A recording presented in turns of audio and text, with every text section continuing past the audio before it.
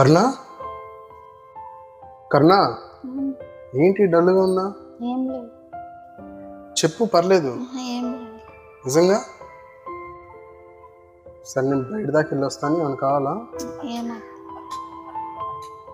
నేను డల్గా ఉన్నా, ఏం చెప్పు. ఏం కాదు.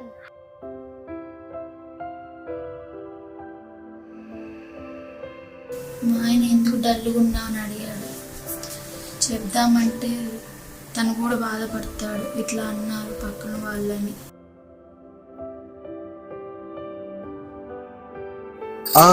భోజనానికి వచ్చాను.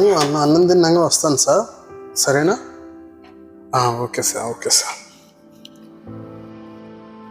కర్ణ అన్న ఏంటి కర్ణ డల్గా ఉంటుంది ఈ మధ్య?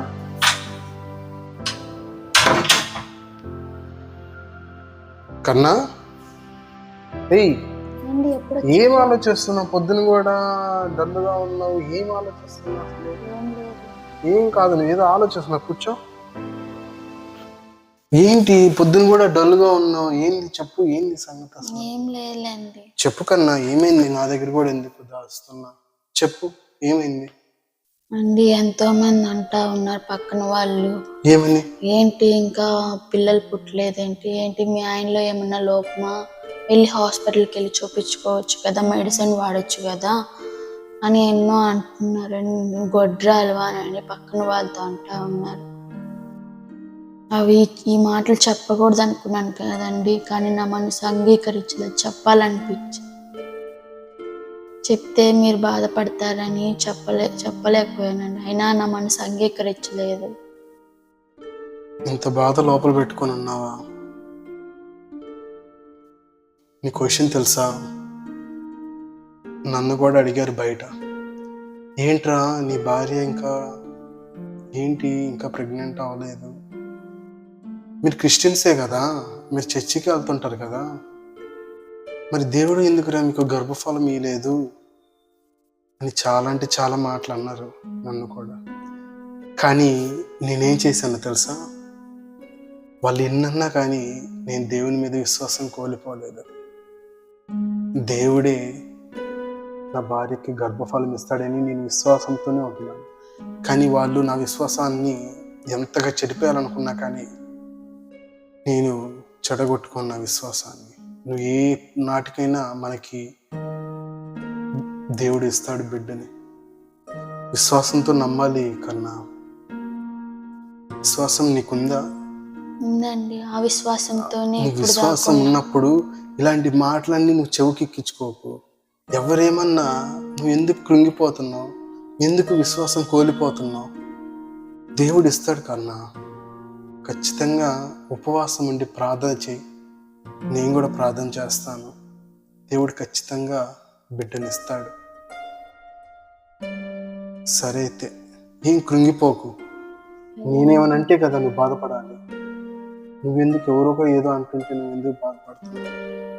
నేను చెప్తున్నాను, నువ్వు గొడ్రాలు కాదు. మనకు ఖచ్చితంగా దేవుడు ఇస్తాడు. వాళ్ళు ఎన్నన్నా కానీ పట్టించుకోవద్దు. కాబట్టి మనము చివరి వరకు విశ్వాసంతో ఉందాం. దేవుడు మనకిస్తాడు బిడ్డని. సరే, కానీ అన్నం పెట్టు. సరే అండి, మిమ్మల్ని నేను బాధపట్టుంటే క్షమించండి. అస్సలు లేదు కన్నా. నాకు కూడా ఇలాంటి మాటలు చాలా మంది చెప్పారు. కానీ ఇవన్నీ తలకెక్కించుకుంటే మనం దేవునిలో ఎదగలేము. నిజమేనా అనిపిస్తుంది. సైతాన్ అలాగా భ్రమ పెడతాడు మాయలో పడేసుకోవాలని చూస్తుంది. కాబట్టి మనము అలాగ ఉండకుండా ఇంకాను విశ్వాసంతో ప్రార్థన చేద్దాం. దేవుడు ఏ నాటికైనా మనకి బిడ్డలు ఇస్తాడు. మనం ప్రతిరోజు ఉపవాసం ఉండి కన్నీటితో ప్రార్థన చేద్దాం. ఖచ్చితంగా దేవుడు ఇస్తాడు. ఖచ్చితంగా కన్నా. నేను కూడా ప్రార్థన చేస్తా. సరే, అన్నం పెట్టి నాకు ఆఫీస్ టైం. సరే అండి. ఇంత బాధ నా కర్ణ మనసులో ఉంది. దేవా, నమ్మదగిన దేవుడోనైనా ఏదొక రోజునైనా మంచి మంచి శుభవార్తని వినిపిస్తావు నాయనా. నేను వింటాను నాయనా. దేవా, అంతవరకు విశ్వాసంతో ప్రార్థన చేస్తూ విశ్వాసంతో ఉండి విశ్వాసం కోల్పోకుండా ఉంటాను దేవా. ఆమేన్.